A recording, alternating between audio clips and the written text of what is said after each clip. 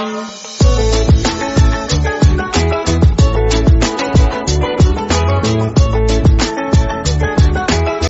The lord. ప్రభు అయిన యేసుక్రీస్తు వారు ఈరోజు మనకు అందిస్తున్నటువంటి వాగ్దానం ఎస్తేరు 5వ అధ్యాయం 6వ వచనం. నీ కోరిక ఏమిటి, అది నీకు అనుగ్రహించబడును. మహారాజుతో ఎస్తేరు మాటలు. 3వ రోజున ఎస్తేరు ప్రత్యేకమైన దుస్తులు ధరించి రాజానగర్లోని రాజభవనం ఎదుట ఉన్న లోపల భవనంలో నిలిచింది. మహారాజు అక్కడ సింహాసనం మీద కూర్చొని ఉన్నాడు. ఆయన న్యాయస్థానంలోకి జనం ప్రవేశించే దిశగా చూపు తిప్పి కూర్చున్నాడు. అప్పుడు ఆయన దృష్టి లోపల ఆవరణలో నిలిచి ఉన్న ఎస్తేరుపై పడింది. ఆమెను అక్కడ చూచినంతనే మహారాజు మనస్సు సంతోషభరితమైంది. ఆయన తన చేతిలోని బంగారు దండాన్ని ఆమె వైపు చూశాడు. ఎస్తేరు రాజు దర్బారు మందిరంలోకి పోయి బంగారపు దండను కొనను తాకింది. అప్పుడు మహారాజు ఎస్తేరుతో ఇలా అన్నాడు, మహారాణి, ఏమిటి నీ దిగులు? నీవు నన్ను కోరాలనుకున్నదేమిటో కోరుకో. నువ్వేమి కోరుకున్నా అర్ధరాజ్యమైన చేస్తాను. ఎస్తేరు, నేను తమకి హమానుకి ఒక విందు ఏర్పాటు చేశాను. దయచేసి మీరు హమాను ఈరోజు నా విందుకి రావాలని నా కోరిక అని అడిగింది.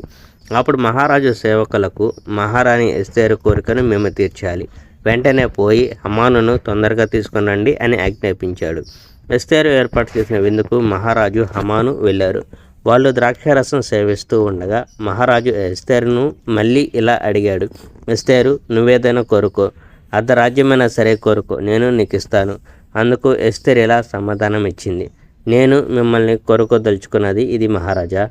తమరికి నా మనవి అంగీకారమై నేను కోరినది ఇవ్వాలనుకుంటే రేపు నేను ఇవ్వబోయే మరో విందుకు మీరు హమాను తప్పక వేయించేయాలి.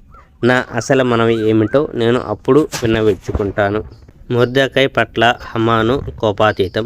హమాను ఆ రోజున రాజభవనం నుండి ఇంటికి మంచి హుషారుగా మహానందంగా వెళ్ళాడు. కానీ రాజభవన ద్వారం దగ్గర మరలా కనపడిన మొర్దెకై తనని చూసి కూడా లేచి భయభక్తులతో తనకు నమస్కరించకపోయేసరికి హమానుకు తల కొట్టేసినట్లయింది. అతని కోపం మిన్నుముట్టింది. అయినా హమాను తన కోపాన్ని అదుపు చేసుకొని ఇంటికి వెళ్ళిపోయాడు. అక్కడ తన మిత్రులను, తన భార్య జెరెషును పిలిచి కూర్చోబెట్టి తన ఐశ్వర్యం గురించి గొప్పలు చెప్పడం మొదలుపెట్టాడు. తనకు చాలామంది కొడుకులున్నారని, మహారాజు తనను ఎన్నో విధాలు గౌరవించాడని, మిగిలిన నాయకుల కంటే మహారాజు తనకి ఉన్నత స్థానం ఇస్తున్నాడని చెప్పకొచ్చాడు. అంతేననుకున్నారేమో కాదు, ఎస్తేరు మహారాణి తన ఇచ్చిన విందుకు మహారాజుతో పాటు నన్నొక్కనే ఆహ్వానించింది. రేపు తను ఇవ్వబోయే మరో విందుకు కూడా మహారాజుతో పాటు నన్ను కూడా మహారాణి ఆహ్వానించింది. అయినా నాకు ఇవన్నీ ఏమంత పెద్దగా ఆనందం కలిగించే విషయాలు కాదు.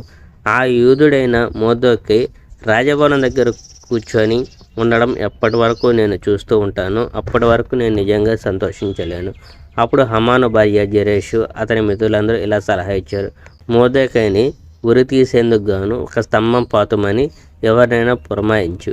ఆ ఉరికొయ్యి 75 అడుగులు పొడుగు ఉండాలి. ఇంకేముంది, రేపు ఉదయం మహారాజుతో ఆ ఉరికొయ్య మీద ఆ యూదుని ఉరి తీయించమని చెప్పు.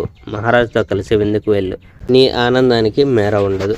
హమానుకి ఆ సలహా నచ్చింది. వెంటనే అతడు ఉరికంబం సిద్ధం చేయమని ఒకరిని ఆజ్ఞాపించాడు.